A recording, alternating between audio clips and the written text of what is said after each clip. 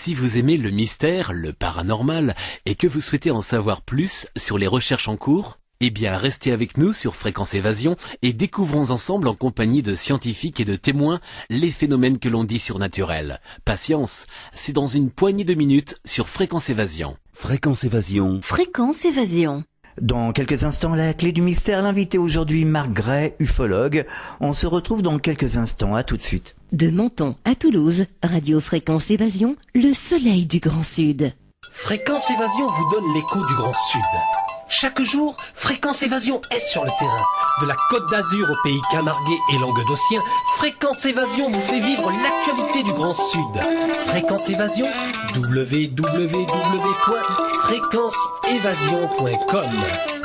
Vous aimez le mystère, le paranormal, vous avez vécu une expérience, dites-nous-le. Contactez Fréquence Évasion. Cliquez sur Programme et Paranormal Fréquence Évasion. www.fréquenceévasion.com. Partout dans le Grand Sud, Fréquence Évasion. Marc Gray, bonjour et merci d'être avec nous dans la clé du mystère sur Fréquence Évasion. Bonjour, enchanté d'être parmi vous sur Fréquence Évasion, c'est une première pour moi et je suis ravi de faire partie de vos invités. Nous aussi on est content de vous accueillir. Alors vous êtes ufologue, vous organisez des dîners OVNI, nous en parlerons en fin d'émission. Comment en êtes-vous arrivé à vous intéresser à l'ufologie et quel a été votre parcours? Alors c'est un peu compliqué, c'est-à-dire que ça dépend où vous voulez démarrer. Au début. Tout à fait. Quand vous êtes tombé dans la marmite. Alors je suis tombé dans la marmite tard, c'est-à-dire il y a à peu près 3 ans. Officiellement, et ce qui m'a permis de découvrir que j'étais tombé dans la marmite en fait probablement tout petit. Donc c'est assez étrange, ça m'a fait faire un flashback sur ma vie, mes expériences passées, mes intérêts en tant qu'adolescent et fervent lecteur de tout ce qui était mystère de l'univers, soucoupe volante et haute archéologie interdite de Robert Charroux, Guittarade, etc. Je dévorais tous ces bouquins-là dans la bibliothèque de mon père et j'avais perdu de vue ces sujets-là pendant, je dirais, pendant plus de 25 ans, quoi, à peu près. Est-ce que vous avez vécu des expériences? Alors, consciemment, j'ai filmé un ovni au-dessus de chez moi il y a à peu près 1 an et demi, 2 ans, qui est d'ailleurs sur mon site, dans la rubrique enquête et investigation. Vous cliquez sur mon ovni, vous pouvez le voir. Sinon, j'ai quelques expériences qui sont plus que des rencontres astrales. En effet, mais je préfère ne pas trop en parler parce que c'est assez personnel. J'en ai parlé à certains hypnothérapeutes qui sont des contacts à moi. Et sinon, j'ai des souvenirs effectivement tout petits de cauchemars assez énormes et d'épisodes de somnambulisme où des fois je me retrouvais sur le toit plat devant ma chambre sans savoir ce que je faisais là. Donc voilà. Et puis voilà, j'ai fait une régression hypnotique dont je tairai les résultats parce que je préfère garder tout ça pour moi. Mais tout porte à croire qu'effectivement j'ai eu des rencontres un petit peu toute ma vie, oui. Alors, dans cette émission, nous avons déjà reçu une multitude d'intervenants qui nous ont fait part de leur analyse concernant leur vision de l'ufologie. Nous avons également reçu des chercheurs en sciences quantiques avec qui nous avons abordé la multidimensionnalité, un sujet qui n'est pas toujours compris par certains ufologues. Quelle est votre approche, Marc Gray, sur les différentes dimensions ? Eh bien, si cette approche n'est pas prise en considération et que on aborde le sujet de l'étude de ces phénomènes, de ces êtres qui, plus que vraisemblablement, voyagent à travers les dimensions, donc sont des êtres interdimensionnels, ne serait-ce que par leur technologie, et nous-mêmes étant connectés à la source, et donc faisant partie d'un tout, à l'unité cosmique, on est nous-mêmes multidimensionnels, mais on a perdu effectivement cette capacité à la racine qui nous a été coupée, je dirais, depuis un bout de temps, génétiquement et psychiquement et spirituellement. On est complètement coupé de nos racines spirituelles et on a tendance le monde a tendance à se diviser aujourd'hui en deux créneaux. Alors le créneau totalement très matériel, rationnel, voire même très dogmatique par rapport à tout ce qui tourne les boulons, et le domaine spirituel où il y a aussi des excès. Il ne faut pas tomber dans l'un comme dans l'autre, dans l'excès, mais il faut prendre en compte les deux aspects, je pense, pour aborder le phénomène OVNI, des rencontres approchées et des rencontres avec ces êtres, sans arrière-pensée. Pour moi, jusqu'à preuve du contraire, tout est possible. Alors justement, on la cite souvent, mais on peut pas faire autrement. Quelque part, c'est une référence en France. Bon, il y a d'autres scientifiques aux États-Unis, un peu partout, qui en parlent. Mais Jacqueline Bousquet nous parlait justement des champs informationnels. On parlait justement à l'instant qu'on était relié justement à la source. Donc, elle appelle le champ unitaire ultime au connecté. On a chacun notre fréquence et après, on va où on veut, quoi. Comme la religion disait, l'esprit souffle où il veut. Oui, absolument. Rien ne va plus vite que la pensée, effectivement. Ça va beaucoup plus vite que la vitesse de la lumière et que les neutrinos. Mais c'est vrai que, effectivement, sa théorie est très envisageable et très crédible et explique plein de choses. Et c'était une des pionnières avec Sheldrake aussi, d'ailleurs, Rupert Sheldrake. Le seul souci aujourd'hui, c'est que, effectivement, ils avaient tous les deux un peu tendance à considérer que tout était statique. Et en fait, tout comme tout est en mouvement, je pense qu'il faut encore ajouter à ces théories des champs morphogénétiques. Ah non, Jacqueline Bousquet disait que tout était en création et en mouvement. Comme elle disait, il vous sera fait comme vous pensez. D'accord. Voilà. Donc, en fait, il faut reprendre les recherches d'Émile Pinel, qui a prouvé justement ces champs d'une manière mathématique. Les maths, effectivement, expliquent beaucoup de choses, mais je pense qu'elles peuvent aussi évoluer en prenant en compte d'autres sciences. Oui, mais je veux dire, ça rejoint exactement ce que dit Greg Braden ou ce que disent les chercheurs en sciences quantiques. En fait, c'était pour prouver la base au monde matérialiste, pur et dur. Absolument, et c'est ce vers quoi la physique quantique va prouver, et prouve déjà d'ailleurs, contrairement à ce que disent beaucoup de gens, on n'a aucune preuve, parce qu'ils ne creusent pas, ils ne s'intéressent pas. Oui, ça a des preuves. Ouais. Et qu'effectivement la conscience explique l'accès au champ de conscience et à la conscience collective et individuelle explique beaucoup de choses, et que c'est de la conscience qu'on va pouvoir expliquer énormément de phénomènes qu'on a dit jusqu'à maintenant surnaturels. Ouais, tout à fait. Paranormaux. Alors concrètement, est-ce que vous avez autour de vous des témoignages concrets qui pourraient s'apparenter à des ovnis? Alors oui, effectivement, j'ai dans mes relations proches et participants à mes dîners des gens qui ont fait des rencontres rapprochées. J'ai dans mes intervenants même des hybrides. Donc des personnes aux États-Unis qui se disent hybrides, donc avec effectivement de l'ADN extraterrestre dans leur ADN humaine, donc mêlé aux deux. Et puis effectivement, j'ai des cas concrets de rencontres rapprochées, même des films d'OVNI dans ma région, donc à 20 minutes d'ici. Mais alors comment le savent-ils qu'ils sont hybrides? Quelles preuves tangibles ils peuvent apporter? Écoutez, le cas de Viviane Chauvet, d'ailleurs que je recevrai mon mini-congrès à Rouen, c'est une hybride arcturienne par en fait les rapports médicaux depuis toute petite, depuis sa naissance, que on l'a étudié de fond en comble, cette dame, en prouvant qu'elle n'avait pas effectivement des caractéristiques traditionnelles, totalement humaines, voilà, et que c'est au niveau de la porosité des os également, au niveau du groupe sanguin, la même chose pour Cynthia Crawford, qui est une expérience de l'OSS, selon son père, à qui on avait injecté de l'ADN extraterrestre en laboratoire, dans le fœtus, je parle de la mère. D'accord. Mais alors, face à ces analyses, en quelque sorte, quelle est l'attitude justement du monde scientifique et du monde médical? Totalement, ignorant, c'est-à-dire que ils savent pas.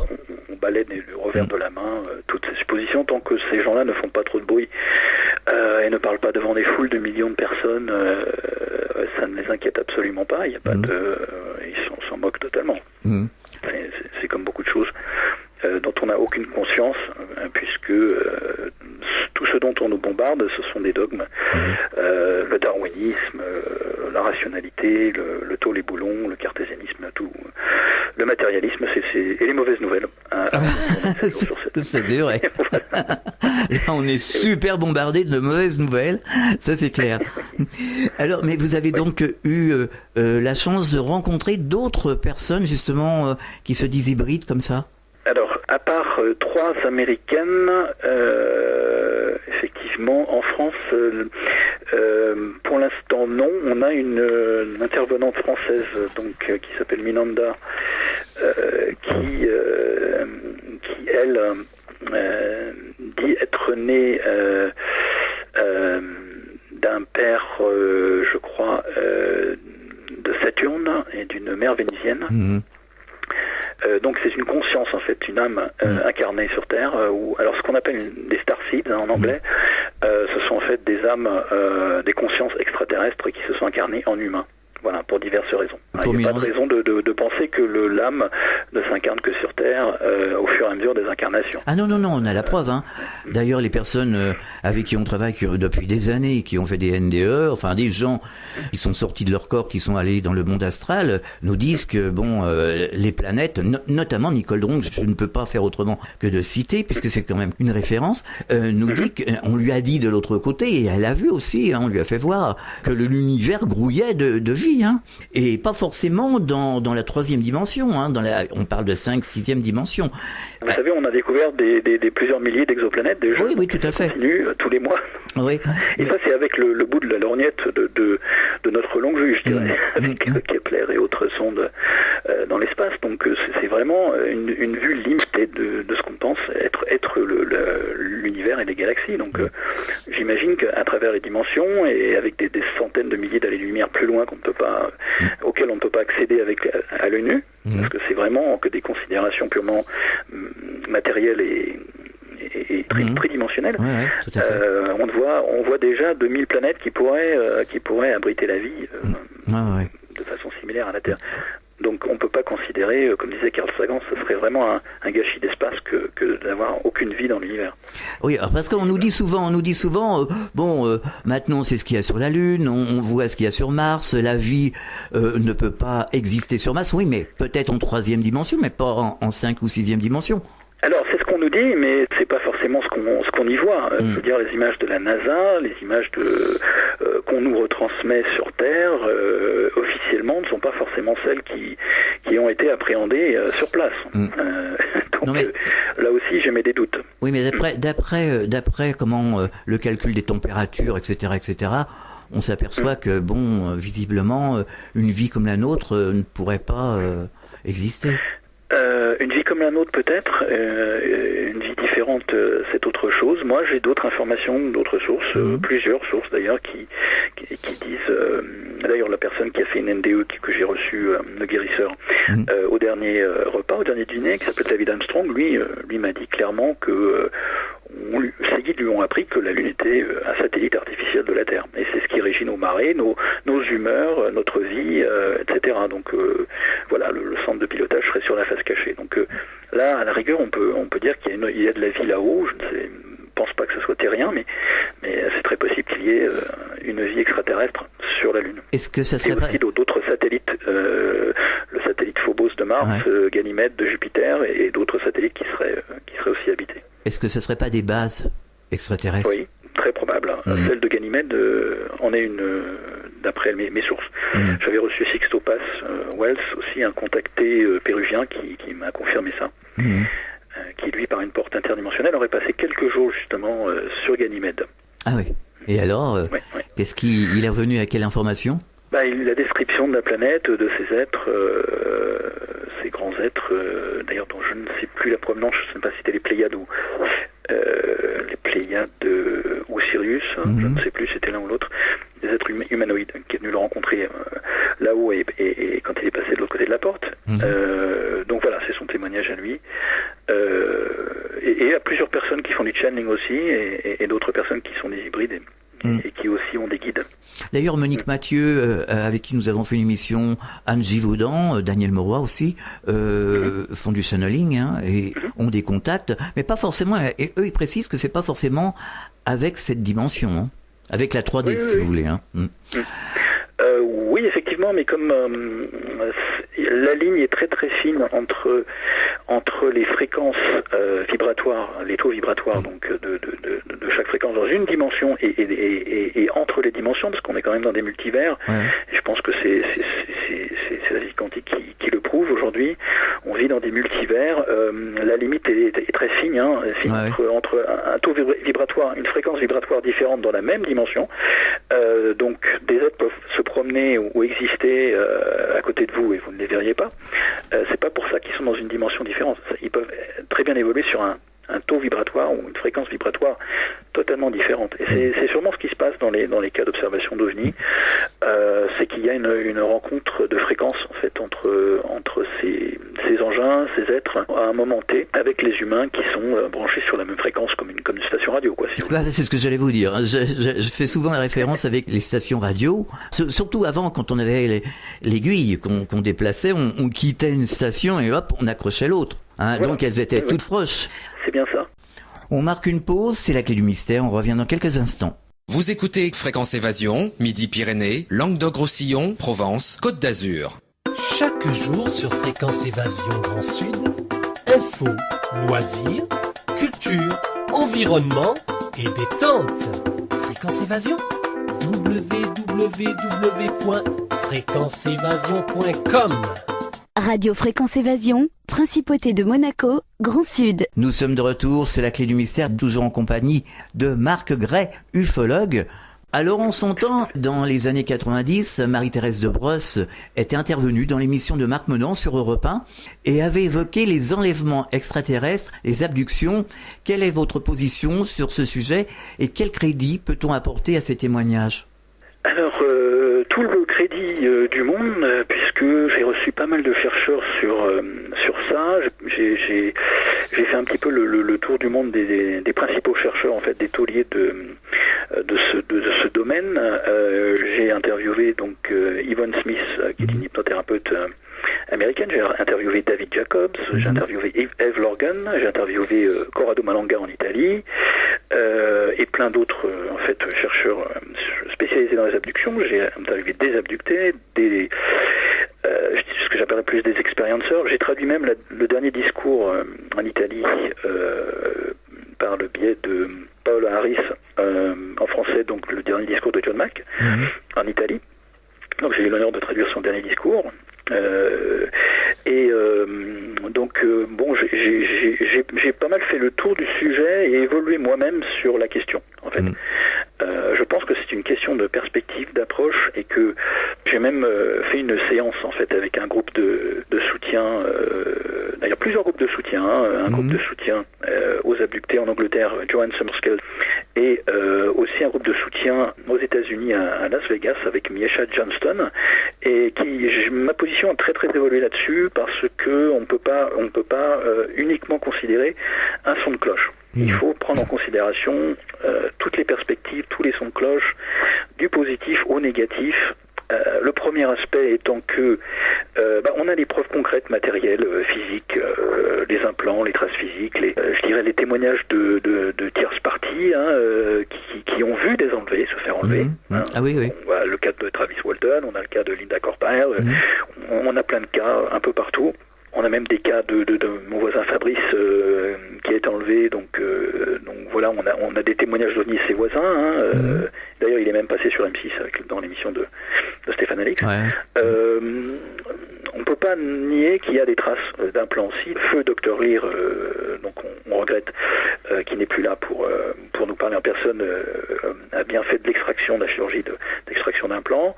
Il y a beaucoup trop de témoignages physiques et trop de volonté de décrédibiliser et discréditer tous ces témoignages de la part des autorités bien pensantes pour que ça soit faux. En fait, pour moi, c'est le discrédit à gogo et à outrance de la part des médias mainstream, pour moi, est une preuve de crédibilité. Et d'ailleurs, c'est bien pour ça que l'émission d'M6 a été bien obligée, après des années sans s'en préoccuper, de diffuser une petite demi-heure là-dessus, très tard le soir, l'été dernier, pour dire effectivement que ça existe. Mais pas pour parler du but, des objectifs, d'où ça vient, pourquoi c'est là, à quoi ça sert, qui sont ces abductés, qui sont ces êtres. On n'a pas fait le tour de ça, en fait. C'est jamais en détail. Un constat des faits, bien dans les boulons, et pas du tout une approche thérapeutique, une approche d'études concrètes, de statistiques, de cas, voilà. C'est juste pour dire aux Français, vous voyez, ça existe. Mais comme on est les derniers en matière de paranormal à être informés, et d'information en général. Voilà, moi j'ai reçu Preston Dennett qui a écrit le bouquin Guérison extraterrestre. Il y a 2 semaines à mon dîner sur les guérisons, par contact rapproché, et donc son bouquin est sorti il y a 2-3 ans en France, mais il date de 96 quand même. Donc il faut à peu près tout ce temps-là pour traduire un bouquin intéressant en français. Bon, vous voyez un petit peu. Tout à fait. Maintenant, grâce à Internet et aux traductions que je fais, d'ailleurs à mes dîners et sur une web radio qui s'appelle Il faut conscience, et ben on arrive à toucher le public français avec des informations considérées comme sensibles par les médias bien pensants en France, en fait. Mais les gens sont pas dupes, hein, maintenant. Hein. Ah non. Non, parce qu'ils s'informent maintenant grâce à l'Internet. Alors évidemment, il y a de tout sur Internet. Il y a autant de fakes que de vraies choses, mais il faut faire preuve avec son ressenti et du discernement et puis évoluer, quoi. Est-ce que vous pouvez nous raconter un cas d'enlèvement, justement? Alors, un cas d'enlèvement, je peux parler effectivement de celui de Fabrice, près de Duclair, donc dans le 76, il y a 2 ans. Donc c'était en pleine nuit. Lui a été enlevé de façon à la fois physique et astrale dans une sorte de colonne de lumière où il s'est vu transporté à bord d'un vaisseau. Il a décrit ces êtres autour de lui. Il s'est vu de derrière lui, en fait, comme s'il avait fait une sortie de corps. Et il a vu ces êtres injecter quelque chose dans son cou, dans sa nuque. Et donc, mais il avait régulièrement des bourdonnements dans les oreilles, en fait, comme des acouphènes, comme si un vaisseau était au-dessus de la maison, assez souvent la nuit. Donc, mais ça s'est un petit peu arrêté, quoi, depuis 1 an ou 2, quoi. D'accord. Et donc il avait des douleurs à la nuque après, et des traces rouges aussi sur la nuque. Mais n'ayant pas effectivement ni la patience ni la volonté d'aller voir un médecin pour lui demander une ordonnance pour faire un IRM qui coûte très cher. Imaginez en France, vous demandez une ordonnance pour faire un IRM de la nuque parce que vous avez mal à la nuque suite à un enlèvement par des extraterrestres qui vous ont injecté quelque chose dans le cou, vous n'êtes pas prêt d'avoir votre ordonnance. Voilà. Je sais que c'est difficile d'avoir une ordonnance en temps ou un rendez-vous maintenant pour aller chez le dentiste. Oui, alors là c'est sûr que voilà. Alors depuis plus de 15 ans, nous réalisons des émissions concernant les recherches sur la vie après la vie. Ces intervenants nous ont apporté de grandes ouvertures, de grandes preuves, une compréhension quand même assez claire de nous-mêmes. Et ce sont des témoignages qui se sont révélés positifs à 98%. Les personnes que nous recevons à ce micro et en général qui ont vécu une NDE reviennent transformées, mais d'une manière très positive. Il n'en est pas de même dans le milieu ufologique. On a vraiment l'impression que le négatif et le restrictif prédominent. Comment peut-on expliquer cette vision au sein de ce milieu ufologique ?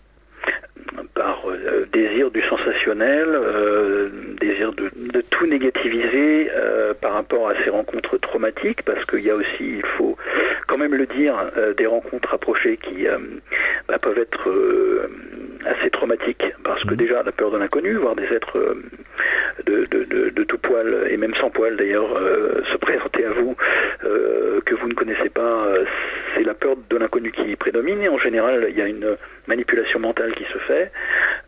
Vous êtes en état d'hypnose ou de semi-hypnose, donc il y a aussi du blocage mental après qui se fait, des souvenirs écrans qui sont projetés, donc il y a beaucoup de tromperie mentale donc qui fait peur. Il y a aussi des traces physiques, il y a du prélèvement donc de semences, prélèvement génétique, des expériences médicales, il y a de tout. Il y a aussi ce qu'on appelle les MyLabs en anglais, les abductions militaires qui sont absolument pas reconnues en France. Ah oui, expliquez-nous. D'ailleurs. Expliquez-nous.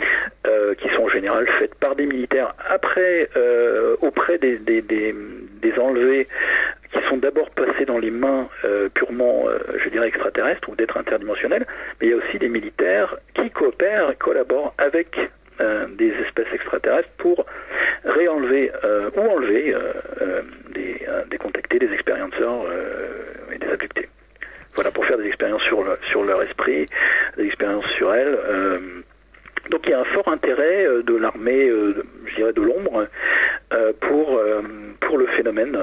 Et c'est pour ça qu'il y a toute cette empreinte de négativité qui est répandue dans l'ufologie. On va être envahi, mon Dieu, ils vont tous nous tuer, etc. Alors qu'effectivement, il faut prendre en compte toutes les perspectives. Il y a une, comme disait John Mack, une ouverture du champ de conscience après ces rencontres rapprochées et ces expériences, une ouverture du champ de conscience qui est quand même extraordinaire. Il y a des gens qui développent des capacités mentales, c'est comme s'ils retrouvaient ou leur capacité mentale était dans leur ADN réactivée.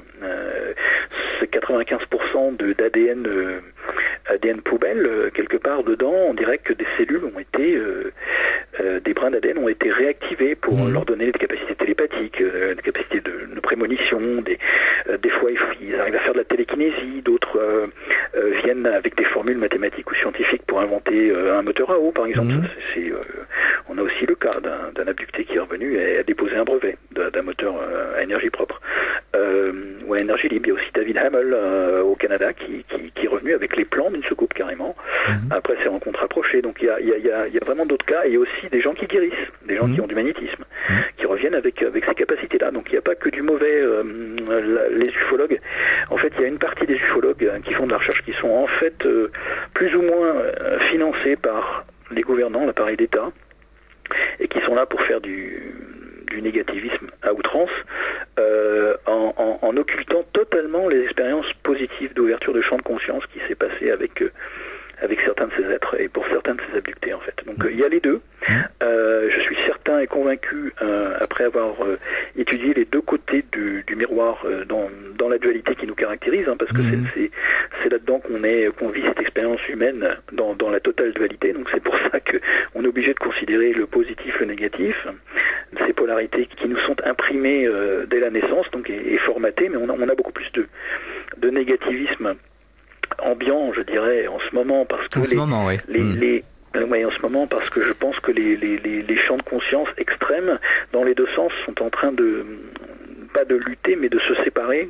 comme s'il y avait deux humanités, l'une en train d'évoluer au niveau vibratoire et l'autre qui se raccroche au vieux paradigme du taux les boulons et du pur matérialisme. Mais je dirais que le complexe du ça y est, on est envahi, l'invasion va se faire, etc. Il y a, pour moi, toutes sortes d'êtres dans l'univers qui viennent nous visiter. Éventuellement qui nous auraient génétiquement modifiés. On a fait une émission. Et éventuellement maintenant aussi, mais dans les deux sens. C'est-à-dire qu'il y a des positifs, des négatifs, ceux qui sont STS en anglais, Service to Self, alors très égoïstes, qui sont à leur propre service, donc qui veulent dominer, contrôler, effectivement, prendre le contrôle, exploiter nos failles, etc., et éventuellement prendre le contrôle de la planète. Mais on le voit par franchement la collaboration qui se fait entre certaines espèces plutôt négatives avec le complexe militaro-industriel depuis des années, avec l'ingénierie inversée. Je ne pense pas que les militaires sont, mais je veux pas généraliser, il y en a qui croient vraiment faire leur travail de patriote pour maintenir la paix, mais généralement ceux qui dirigent ces complexes-là sont plutôt à tendance guerrière et belliqueuse. C'est pour la guerre perpétuelle, pour se faire de l'argent, vendre des armes, piquer le pétrole d'autres pays en invoquant, en déclenchant des guerres. Enfin, ça a toujours été ça, des faux prétextes pour déclencher des guerres depuis la nuit des temps. Ah oui, tout à fait. Ça ne change pas. Donc effectivement, il y a des êtres négatifs qui collaborent avec les pouvoirs en place. Il y a aussi des êtres positifs qui cherchent à nous aider, à nous faire évoluer. Alors ça peut se faire de différentes façons. Ça peut se faire par téléchargement télépathique, par contact rapproché, intuitif ou inconscient. Ça peut se faire peut-être dans notre stade astral pendant les rêves. Je parle pour ceux qui ont des contacts rapprochés, qui sont réceptifs. Mais je pense qu'il y a de tout et que fondamentalement c'est à nous-mêmes de retrouver nos vraies racines divines et spirituelles pour pouvoir justement réexploiter ce savoir perdu qu'on a au fond de nous-mêmes dans ces 95% d'ADN poubelle qu'on n'a pas pu identifier en fait et qui sont une mine d'or de possibilités, quoi. Il faut être conscient de ce que l'on veut aussi, parce qu'il y a des gens, moi je connais des gens qui se plaisent dans le négatif. Ils se plaisent quand il pleut, ils se plaisent quand il fait froid, ils se plaisent quand il faut toujours qu'il y ait un problème. Puis il y a d'autres personnes aussi qui aiment le soleil, qui aiment le ciel bleu, qui aiment la lumière et qui sont toujours joyeux. Alors Jacqueline Bousquel disait, mais d'autres personnes le disent aussi, bien entendu. Il vous sera fait comme vous pensez. Exactement, oui, c'est ça. C'est ce qu'on projette qui nous est renvoyé, et on a effectivement l'état de la planète qu'on mérite aujourd'hui, et les gouvernants qu'on mérite, et l'économie qu'on mérite. Tout à fait. au niveau global et collectif. On marque une pause, c'est la clé du mystère, on revient dans quelques instants. Enfin, il existe une radio dynamique et proche de ses auditeurs. C'est Fréquence Évasion, la radio du Grand Sud sur le web. Écoutez la différence. Venez découvrir la cuisine et les recettes du Grand Sud. De la Corse à la Provence, du Languedoc au pays toulousain, toutes les recettes du terroir vous sont proposées sur le site de Fréquence Évasion. Cliquez sur Programme et Cuisine. Bon appétit avec Fréquence Évasion. www.fréquenceévasion.com. Radio Fréquence Évasion, le son de la Côte d'Azur. Nous sommes de retour, c'est la clé du mystère, toujours en compagnie de Marc Gray, ufologue. Alors il y a ce passage de la Terre en 5e dimension, tout le monde en parle en ce moment, notamment on avait fait également une émission sur la fréquence de Schumann qui augmente assez rapidement depuis quelques années déjà, et paraît-il qu'elle serait à 12,5 Hz, et on dit qu'à 13 Hz, il y aura un basculement vraiment dans cette 5e dimension. Et moi, ce que je constate, et d'autres, j'ai posé des questions autour de moi, ce qu'on constate, c'est que le soleil est blanc, d'une blancheur incroyable. Je le regardais encore tout à l'heure, et on a l'impression qu'il y a un voile blanc, il y a quelque chose de blanc. C'est difficile à y mettre des mots, mais enfin, tout devient de plus en plus lumineux. Quand il n'y a pas les nuages et les chemtrails, bien entendu, qui viennent nous pourrir la vie, mais on a l'impression que tout est blanc. Alors oui, justement, j'ai eu la confirmation de ça en parlant à Mary Rodwell, qui est une hypnothérapeute. On lui a bien confirmé, et aussi un autre chercheur, donc j'ai plus le nom en tête, mais que elle va me rappeler bientôt. Effectivement, il y a des fréquences et des, comment dirais-je, des rayons spécifiques qui viennent du soleil, oui, photoniques, qui sont là également pour nous faire changer de fréquence. Donc ça fait partie des aides extérieures qu'on peut recevoir. Tout comme la fameuse onde cosmique qui viendrait du centre de notre galaxie, qui serait là pour nous faire évoluer. Elle m'avait aussi cité un petit garçon, je crois, de 8-9 ans, qui disait, qui était un starseed, donc une conscience cosmique extraterrestre incarné en humain, donc un starseed, qui avait aussi des contacts rapprochés depuis toujours, enfin depuis l'âge de 4 ans en général ça commence, et qui disait que un changement de paradigme va s'effectuer et déjà commencé depuis 2012 jusqu'à 2017, donc sur une période de 5 ans. Oui. Et donc il faudrait espérer qu'en 2017 il y ait un changement de paradigme total sur cette planète, ce qui serait bien. Tout à fait. Ça arriverait dans notre vie, qui est un petit grain de sable à l'échelle cosmique, sur la grande échelle de l'univers, mais pourquoi pas, mais c'est sûr qu'avant, je pense, elle pense aussi, et beaucoup de chercheurs le pensent aussi, avant que les choses ne changent radicalement et que le système soit remodelé, on se dirige aussi vers un grand basculement et des jours obscurs avec un crash boursier, une crise financière, économique et tout ce qui s'ensuit. On est en plein dedans là. La matrice va se rebiffer. On est en plein dedans. Nous choisissons un programme d'incarnation pour venir travailler ici sur la Terre, à chaque incarnation, à chaque passage sur Terre ou sur une autre planète, bien entendu, pour travailler dans le positif. Et on constate depuis 25 à 30 ans un conditionnement vers le négatif avec des programmes démoniaques à la télé, au cinéma, la démission des parents, la perte des structures, des valeurs, les scandales et les manipulations politiques à répétition. Comment peut-on expliquer cette chute libre depuis quelques années? C'est quand même assez vertigineux. Eh bien, c'est comme je disais à l'instant, c'est la matrice qui se rebiffe. C'est ce complexe militaro-industriel aidé par des êtres plutôt négatifs et plutôt égoïstes, qui ont un agenda bien précis, qui sont là pour contrôler nos failles par des moyens technologiques, psychotroniques, avec de la manipulation mentale par le biais des médias, par le biais des ondes, des fréquences ARP et autres, les chemtrails, les épandages chimiques, la pollution, tout ce qu'on nous balance, et l'information en fait partie, pour nous conditionner et rester à notre place, c'est-à-dire celle d'esclaves perpétuels. Et c'est surtout pas ça qu'il faut faire, puisqu'il faut redevenir des humains libres comme on devait l'être à l'origine, avec cette étincelle divine, puisqu'on est tous des enfants de la source et connectés à la source. Donc on a cette parcelle divine qui devrait devrait nous permettre d'accéder à notre multidimensionnalité comme certains de ces êtres. Et c'est en réduisant donc nos fréquences. Et donc tout ça c'est fait pour baisser nos fréquences. Et tant qu'on gardera nos fréquences très basses, on sera comme des moutons apathiques. C'est ce qu'on voit dans les foules des grandes villes, des zones urbaines principalement, à cause de la pollution et d'autres choses aussi. Il y a des mécanismes en place. J'avais interviewé donc sur UFO Conscience Nadine Laliche, qui est une expérienceuse depuis toute petite, qui pendant l'une de ces rencontres approchées, on l'avait clairement expliqué, ou télépathiquement, que sous les grandes zones urbaines, il y avait des grands mécanismes technologiques implantés par ces êtres plutôt négatifs qui travaillent avec le complexe militaire-industriel, qui émettent donc des champs de force, je dirais plutôt psychotroniques, qui permettraient en cas de soulèvement, ou c'est même peut-être en cours en ce moment d'ailleurs, d'apaiser et de pacifier les gens pour qu'ils ne se soulèvent pas justement. Donc si on se dirige par un grand soulèvement global dans les zones urbaines, en tout cas ils sont parés selon elle, toujours selon cette source. Oui, alors ne pas adhérer à tout ce conditionnement, ne pas avoir peur, être joyeux, et surtout rejeter toutes ces choses négatives. Absolument, il faut écouter Radio Bonne Nouvelle.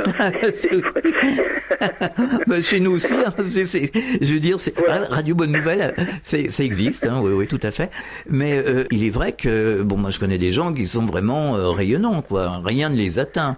Oui, c'est tout à fait ça, c'est-à-dire c'est notre mode de pensée qui va affecter notre taux vibratoire, et si on se complaît effectivement dans le négatif, et le négatif il y en a, on peut en parler pendant des années, il n'y a que ça. Si on regarde autour de nous, on peut ne faire que râler, d'ailleurs le français aime bien râler, mais quand il s'agit de se manifester pour se changer lui-même déjà, et faire changer les choses autour de lui, c'est autre chose, parce qu'il est habitué à ses petits acquis, ses petites habitudes, son petit quotidien, train-train quotidien, et ses manies, et c'est vrai qu'il va pas trop de l'avant, et les choses bougent. Ces dernières années, ça a autant bougé dans le négatif que dans le positif, moi je pense quand même. C'est vrai, il y a des gens qui prennent conscience, et au moins s'ils le font pas collectivement au départ, ils le font individuellement, ils essaient de changer les choses autour d'eux, et puis pour eux-mêmes, et puis moi je dis, je l'ai pris à mes dépenses, c'est pas la peine d'essayer de convaincre des gens qui ne sont pas prêts à entendre ce qu'on veut leur faire comprendre ou ce qu'on leur montre. C'est à eux-mêmes de trouver les informations. S'ils veulent aller chercher, ils vont les comprendre et aller les trouver d'eux-mêmes. Oui. Mais s'ils ne sont pas prêts pour l'éveil, c'est pas la peine. Alors quelque part aussi, il faut s'écarter, parce que sinon, si vous vous accrochez et que vous essayez même de les en sortir malgré eux, c'est vous qui allez être entraîné. Ah oui, exactement, oui, tout à fait, oui. C'est nourrir l'égrégore de peur et de négativité qui va effectivement faire baisser nos fréquences, et là on se dirige tout droit vers la déprime collective également. Et voilà, mais on peut créer des catastrophes naturelles avec la conscience collective. Si toute la une grande partie de la Californie se pensait en même temps que la faille de San Andreas va s'ouvrir et que la côte ouest va s'enfoncer dans la mer comme dans le film de 2012, je pense que ça commencerait à se produire, effectivement. Alors il y a un film qui explique bien ça, c'est Nos Solar, Notre Demeure. Je ne sais pas si vous connaissez. Oui, du Brésilien. Oui, c'est un Brésilien. Enfin, je pense que c'est un film. Je ne sais plus si c'est un film brésilien ou si c'est un film portugais. Mais oui, je crois que ça se passe au Brésil. Oui. Oui, c'est bien au Brésil. C'était basé donc sur un guérisseur brésilien qui était, je crois, le mentor de João de Deus, donc Jean de Dieu. Mm-hmm. Qui est aussi un guérisseur au Brésil maintenant, mais c'était, je crois, son mentor ou son maître à l'époque. Alors, j'ai plus le nom en tête. Mais effectivement, la seule chose que je peux reprocher un peu à ce film, qui est très bien fait, ça permet d'éveiller les consciences de gens qui croient que la vie n'est que matérielle et qu'il n'y a rien en dehors. C'est que c'est très très quand même formaté de façon judéo-chrétienne et très dogmatique. Il fallait quand même donner des références, parce que les gens, monsieur tout le monde, ne peut pas comprendre, quoi. D'ailleurs, quand on fait les émissions avec les expérienceurs de NDE, notamment Nicole nous dit ça n'a rien à voir avec la religion ou avec les religions, tout en étant le centre. À savoir que les religions ne font pas leur boulot, n'ont jamais fait leur boulot. Oui, le problème c'est que c'est un fonds de commerce.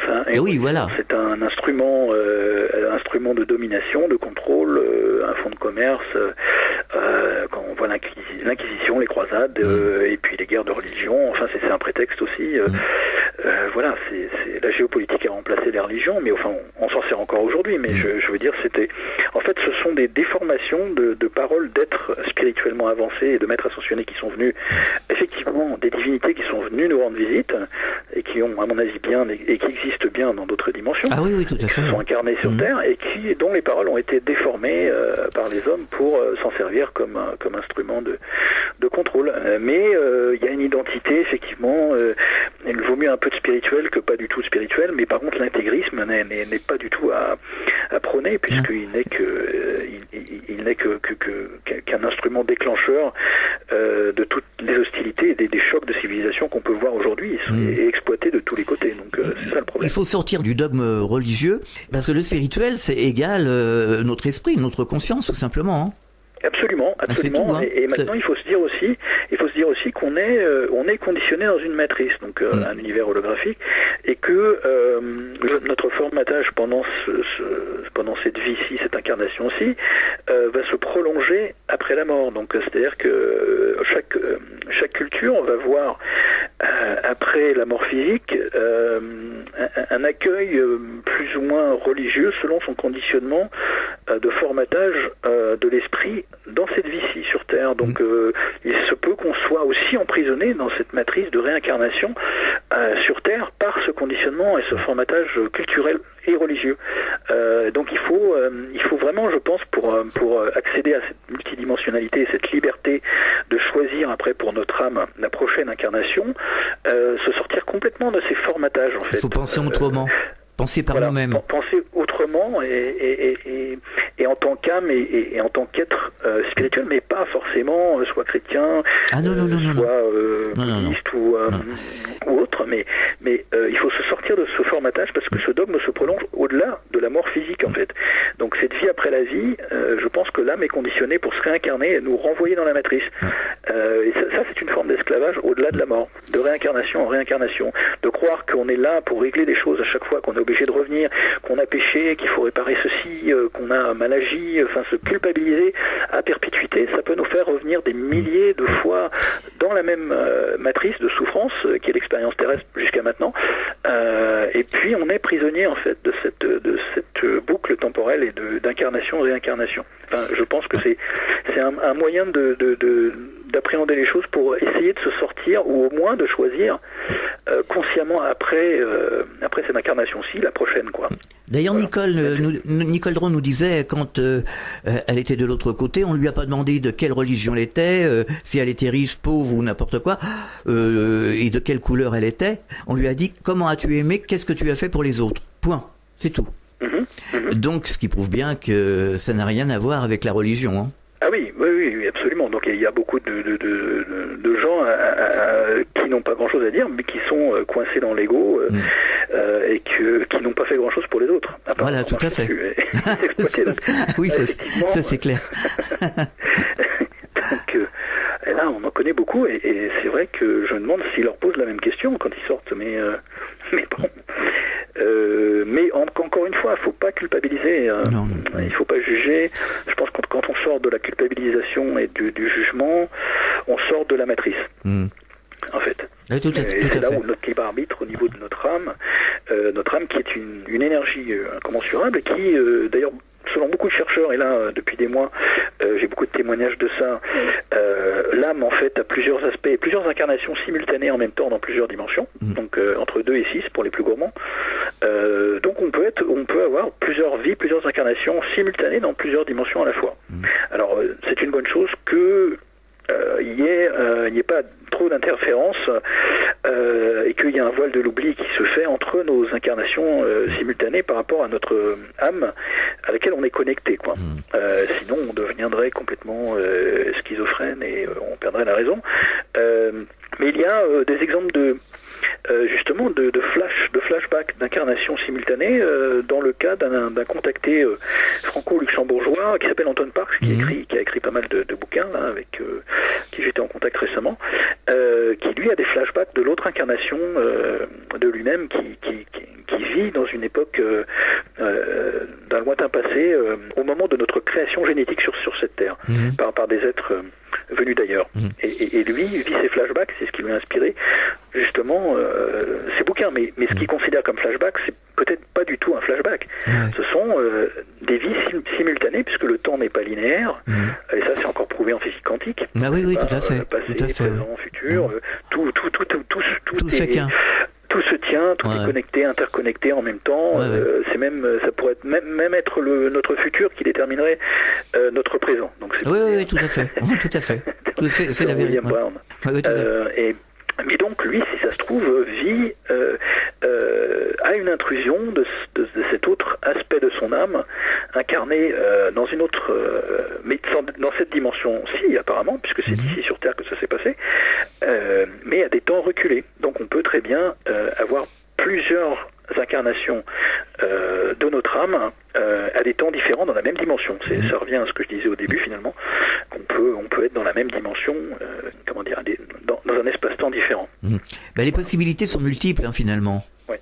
On marque une pause, c'est la clé du mystère, on revient dans quelques instants. Fréquence Évasion, la radio qui fait parler les gens du Sud. Fréquence Évasion. Fréquence Évasion. Sur Fréquence Évasion, les stars d'hier, d'aujourd'hui et de demain se racontent en toute liberté. Pour en savoir plus, cliquez sur Programme. Bon surf sur le site de Fréquence Évasion, www.fréquenceévasion.com. Fréquence Évasion, c'est la chaleur provençale, une vraie bouffée d'oxygène. Fréquence Évasion, le soleil du Grand Sud. Nous sommes de retour, c'est la clé du mystère, la dernière partie de l'émission, toujours en compagnie de Marc Gray, ufologue. On avait fait une émission, je crois que c'est avec Jérôme Bourgine, sur les sorties astrales, et il avait relaté le cas de Robert Monroe, qui sortait, et lui, il avait une double vie, carrément, il vivait ici, avec femme et enfants, et il avait une autre vie de l'autre côté, dans l'astral. Il gérait ça très bien. C'est d'ailleurs, on a d'ailleurs nommé un institut à son nom. Oui, Robert Monroe. Oui. Oui, absolument. Donc, il y a de tout. Il y avait, je crois, aussi une Australienne dont j'ai perdu le nom, qui vivait une histoire d'amour avec un extraterrestre d'une galaxie lointaine, en fait. Et qui, en sortie à la fois physique et astrale, le rencontrait, etc. J'ai plus son nom en tête, mais en fait, il y avait des détails cosmologiques qui concordaient à l'époque. J'ai plus son nom, mais c'était assez extraordinaire. Et finalement, dans les rêves, on a accès certainement à certains moments, pas tout le temps, mais à des choses bien particulières, des situations bien particulières. On peut se poser des questions, parce que moi, je sais, des fois quand je rêve, je suis vraiment dans une réalité, quoi. Avec des personnages. L'état astral de certains rêves, certaines sorties astrales sont bien plus réelles que la réalité palpable de cette dimension dans laquelle on croit être conscient. Je dirais pas plus réel, mais aussi réel en tout cas. Aussi réel. D'ailleurs, des êtres qui évoluent dans une dimension semi-physique, voire éthérique.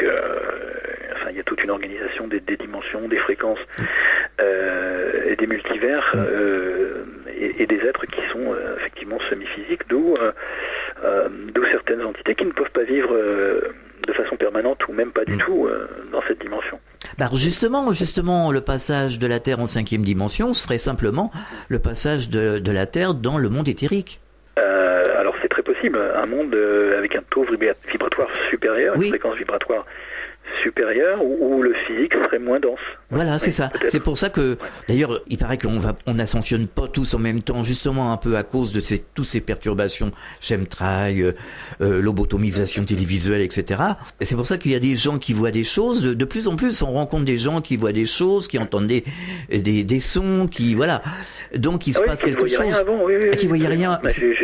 J'avais reçu d'ailleurs un avocat de Miami, Ray Hernandez, Nerio Hernandez, qui a créé d'ailleurs un groupe de recherche tout récemment qui s'appelle FREE, donc c'est une fondation sur la recherche sur les rencontres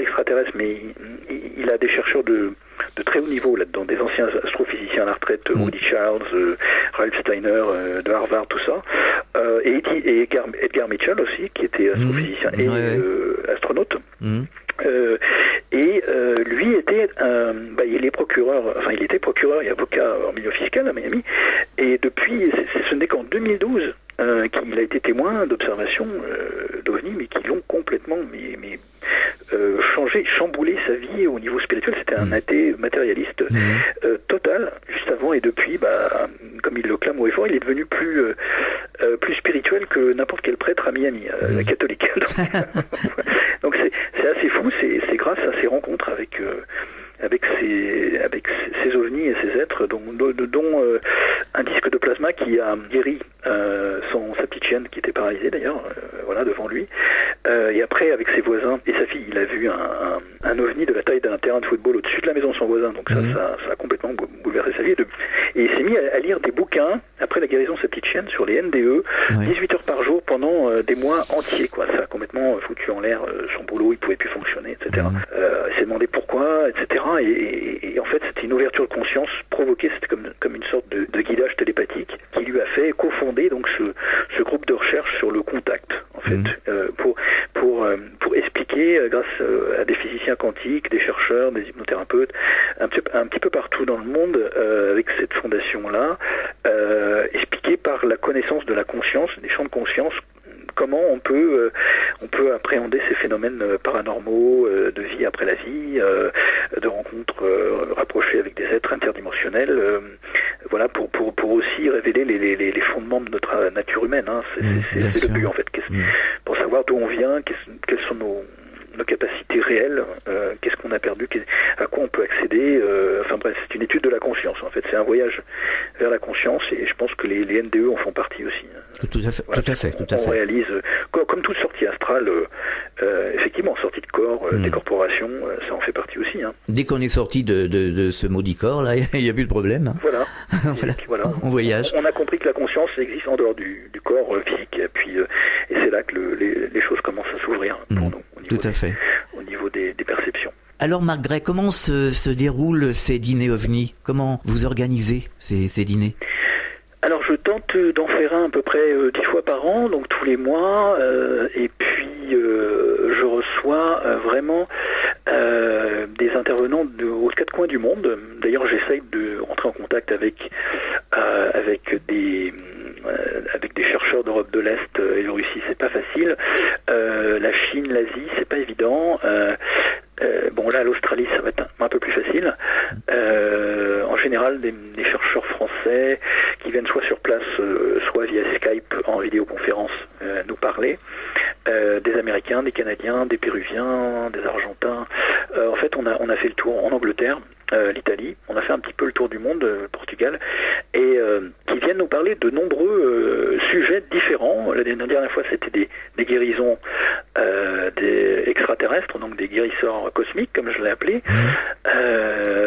C'était très intéressant. Il y avait quatre intervenants, donc il y avait David Armstrong qui a fait une NDE, donc étant plus jeune, et suite à laquelle il a reçu plein d'enseignements et des capacités de guérison, et donc est en contact télépathique avec ces êtres. Une dame qui s'appelait Rosemary Carr, qui a fait 2 attaques cardiaques et une NDE en clinique à l'hôpital.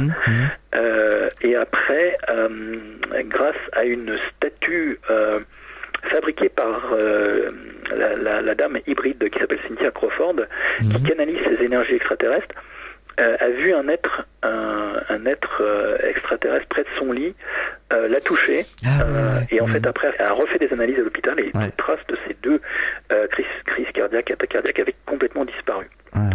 Donc a été guéri par cet être. J'ai reçu aussi un écrivain qui a écrit le bouquin Guérison extraterrestre, Preston Dennett, donc il y avait un peu plus de 100 cas de guérison extraterrestre, donc par contact, qui nous a exposé donc ces cas, et puis Ray Hernandez également.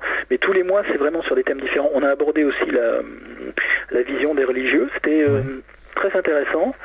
C'était il y a à peu près... on avait fait aussi une spéciale Québec et Canada. On avait fait... on avait parlé aussi du dossier Humo, de la planète Humo, avec Denis Denoclin. On a fait une émission avec lui.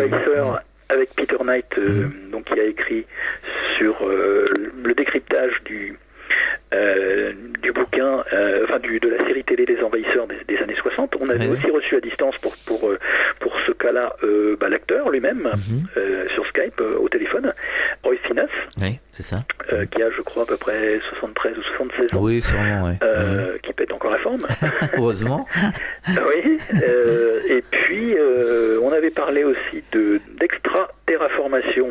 Ça, c'était à la fin de l'année dernière, sur la planète, justement, toutes ces hypothèses, réalités et solutions. En fait, on avait parlé d'une terraformation externe de la Terre. Pour début, pas très positif pour nous. Avec tout ce qui était effectivement de tout ce dont on a parlé, le projet HARP, les chemtrails, la pollution, le transhumanisme, et puis etc. On a fait vraiment un tour. On avait parlé des fibres tombées du ciel au Portugal dans les années 50, avec ce fameux cas d'Evora, les cheveux d'ange d'Evora, suite à l'observation d'OVNI, donc par toute une école. Il y a des cheveux d'ange étaient tombés du ciel pendant 4 heures, donc ça c'était les premiers chemtrails dans l'histoire officielle. Toutes les traces de terraformation de notre planète et d'ingénierie génétique dans les écrits anciens et religieux, effectivement, même dans la Bible des Mayas, c'est noté. Donc voilà, l'ensemencement artificiel, les implants biologiques, etc. Donc on a fait un petit tour de tout ça.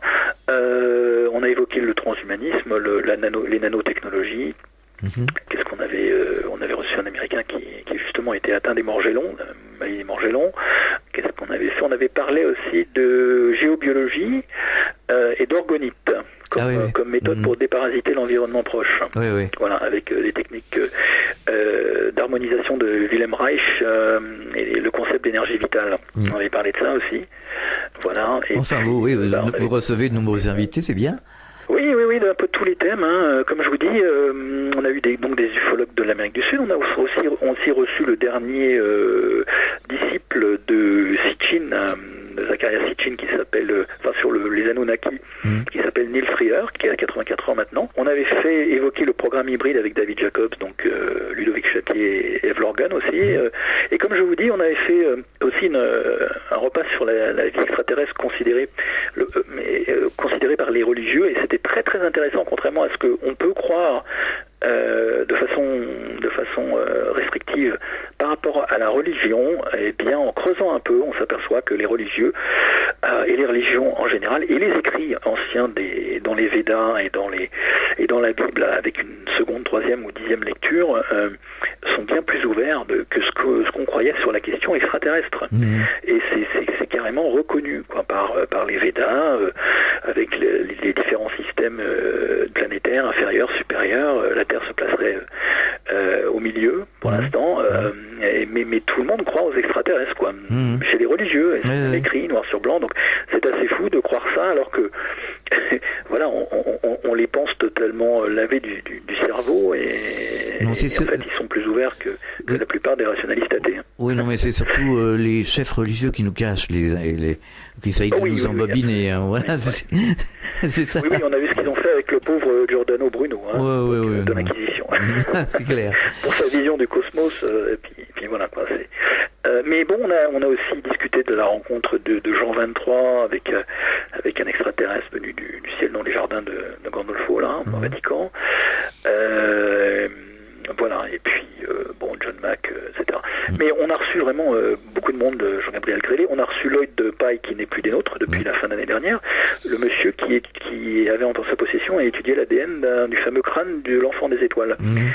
Oui, absolument, On a aussi reçu un anthropologue et archéologue, Brian Forster, qui est américain mais curateur du musée de Cusco au Pérou, et qui lui étudie les crânes allongés de ces anciens êtres du Pérou, mais allongés de façon naturelle, c'est-à-dire pas de façon artificielle, comme pour les coutumes dans beaucoup de tribus autour du monde d'ailleurs. Ces crânes allongés qui sont une coutume par constriction donc volontaire des crânes des bébés ou encéphalite. On peut aussi détecter ça après la mort, mais en fait, ce dont on s'est aperçu avec ça, c'est qu'il y avait plusieurs choses assez troublantes, pourquoi le font-ils toujours dans certaines tribus? Je ne sais pas si ça se fait encore, mais ils faisaient ça pour 3 raisons, en fait, ces familles-là, un peu partout dans le globe. Ils déformaient les crânes de leurs enfants, et ces crânes-là, ils donnaient 3 raisons. Alors, les 3 raisons principales, dès pour les rendre beaux, tenez-vous bien, pour les rendre plus intelligents, et surtout, la troisième raison, pour les faire ressembler à leurs ancêtres. Car c'est à ça que ressemblaient les ancêtres. D'accord. Voilà, ça c'est important à savoir. Et c'est pour ça qu'on retrouve quand même chez beaucoup de statues égyptiennes, sumériennes, ces crânes allongés, et sud-américaines, précolombiennes. On en retrouve partout, en Afrique, en Asie, en Amérique. On en retrouve partout ces crânes allongés, enfin ces statues avec des crânes allongés. Donc maintenant on comprend mieux. Une fois qu'on a compris qu'il y en a qui sont naturellement allongés et d'autres qui sont artificiellement allongés, exprès pour les faire ressembler à leurs ancêtres. Eh bien, vous viendrez nous en reparler une autre fois sur cette antenne. Est-ce qu'on peut vous retrouver sur Internet ? Est-ce que vous avez un site ? Absolument. Donc le site s'appelle Freedom UFOs. Alors Freedom comme Freedom, FR2EDOM, UFOS, .wordpress. WORDPRESS.com, mais si vous tapez Freedom UFOs dans Google, vous devriez y accéder. Et donc je veux signaler aussi que sur le site, vous cliquez sur congrès, conférences et symposium. Je fais donc des conférences, les premières conférences à Rouen sur l'exocontact. Alors l'exocontact, ça veut dire le contact avec des entités extraterrestres ou exotiques, avec 11 conférences au programme sur 2 jours. D'accord. De toute façon, si on va sur votre site, on retrouve le calendrier des manifestations, des congrès, des conférences, etc. etc. Oui, absolument. Absolument. Et c'est une première, je crois, en France sur ces thèmes-là, puisque vous verrez un petit peu le calibre des intervenants, ça n'a jamais été fait, et c'est vraiment concentré sur l'exocontact. Ce sont des intervenants qui vont vous présenter une vision du monde au-delà de l'obscurantisme qui parasite en fait la recherche ufologique en France, et la recherche exoconsciente. Voilà. Il est temps de dévoiler des choses qui ne sont pas abordées ailleurs, qui sont pas tous les boulons comme l'ufologie l'a toujours été en France depuis des décennies. C'est clair. Merci Marc Gray d'avoir participé à cette émission, La Clé du Mystère sur Fréquence Évasion. À très bientôt sur cette antenne et bon courage pour la suite en tout cas. Merci à vous, c'était un réel plaisir et à bientôt j'espère. À bientôt. Fréquence Évasion.